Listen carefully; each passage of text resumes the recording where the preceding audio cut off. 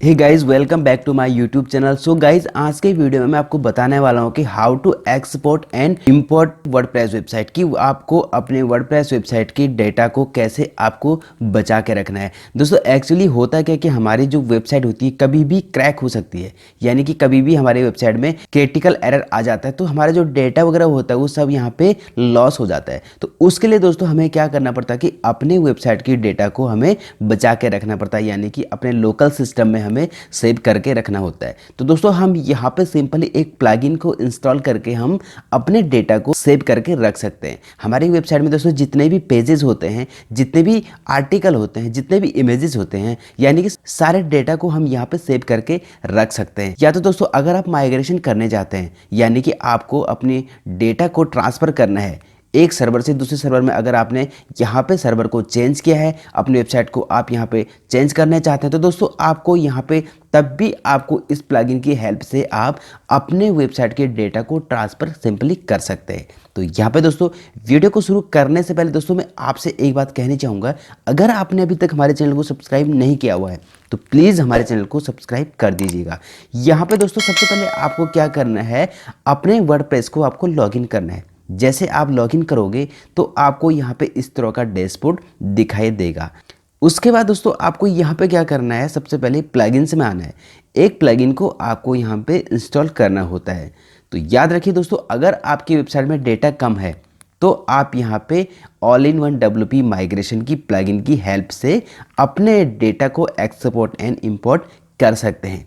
इसकी जो लिमिट होती है 512 MB तक हम यहाँ पे इसे यूज़ कर सकते हैं। अगर आपकी वेबसाइट में और ज़्यादा डेटा है, 512 MB से ज़्यादा डेटा है, तो आप इस प्लान को, जो all in one WP migration का जो प्लान्स होते हैं, उस प्लान्स को आप बाई कर सकते हैं।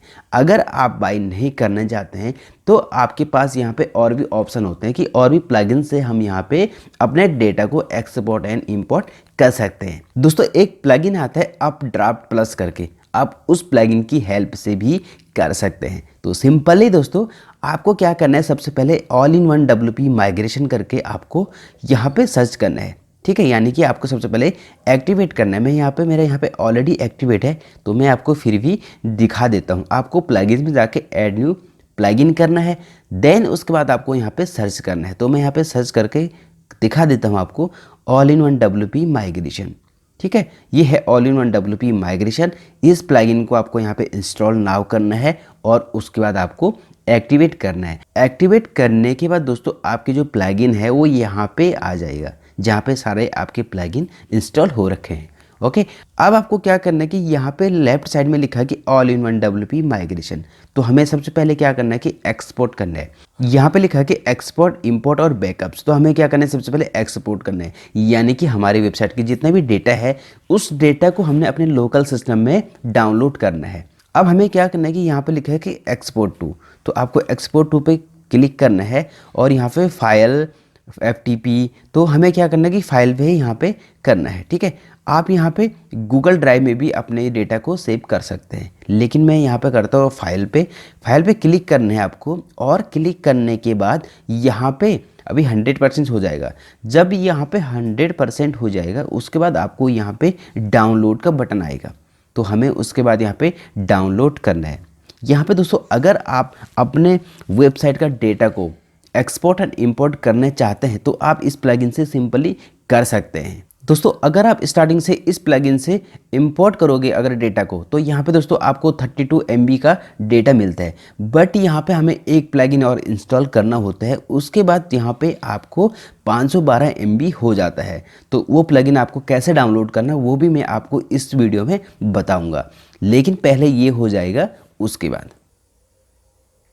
अब आपको यहाँ पे दिखा दे रहा है दोस्तों कि 100% हो गया है।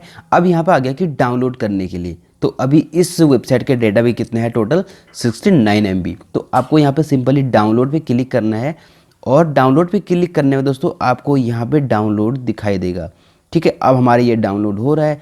डाउनलोड होने के बाद दोस्तों आपको क्या करना होता है, मैं यहाँ से इसे कैंसिल कर देता हूँ, क्लोज कर देता हूँ।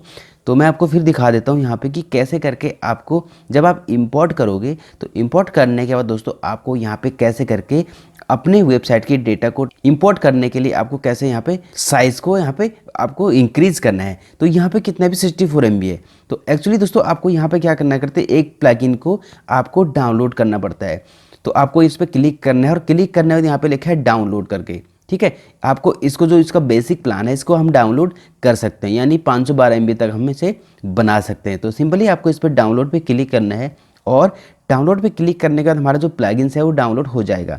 उसके बाद आपको क्या करना है, इस प्लगइन को आपको एक्टिवेट करना है। तो सिंपली मैं जाता हूँ प्लगइन्स पे जाकर मैं करता हूँ ऐड न्यू प्लगइन जाने के बाद मैं यहाँ से करता हूँ अपलोड प्लगइन। अब यहाँ पे नीचे आपको स्क्रॉल करना है, यहाँ पे लिखा है चूज़ फाइल। तो चूज़ फाइल करके मैंने जो प्लगइन अभी यहाँ पे डाउनलोड किया है उस प्लगइन को मैं यहाँ पे अपलोड कर देता हूँ, ऑल इन WP माइग्रेशन, और यहाँ पे ओपन और यहाँ पे install now. Okay, install now हो जाएगा। तो उसके बाद आपको क्या करना है, प्लगइन को एक्टिवेट करना है। तो एक्टिवेट प्लगइन करने के बाद दोस्तों अब हम यहाँ पे देखते हैं इंपोर्ट करके, अब यहाँ 512 MB हो गया होगा, ठीक है। अब हम देखते हैं यहाँ पर अब कितना हो गया, 512 MB, यानी कि हम 512 MB तक यहाँ पे अपने डेटा को, अपने वेबसाइट को इंपोर्ट कर सकते हैं। अगर अब हमें इंपोर्ट करना होगा तो आपको यहाँ पे इंपोर्ट फ्रॉम करना है। तो अभी हमने जिससे डाउनलोड किया है, तो हमने फाइल वर्जन में डाउनलोड किया, तो आपको फाइल पे ही क्लिक करना है। अगर यहाँ पे आपको गूगल ड्राइव में आपने डाउनलोड किया तो आपको गूगल ड्राइव में यहाँ पे क्लिक करना है। तो मैंने फाइल पे किया, मैं फाइल पे क्लिक करता हूँ और क्लिक करने के बाद मेरा ये क्या हो रहा है, डाउनलोड हो रहा था। अभी ये डाउनलोड कंप्लीट नहीं हुआ तो मैं अभी इस पर क्लिक नहीं करता हूँ। तो आपको इस पर डाउनलोड पे क्लिक करना है जो आपने अपनी वेबसाइट को डाउनलोड किया है। उसके बाद आपको यहाँ पे इंपोर्ट होना शुरू हो जाएगा और आपकी वेबसाइट जैसे पहले थी, ठीक है, जैसे पहले सर्वर में थी वैसे ही करके हो जाएगा।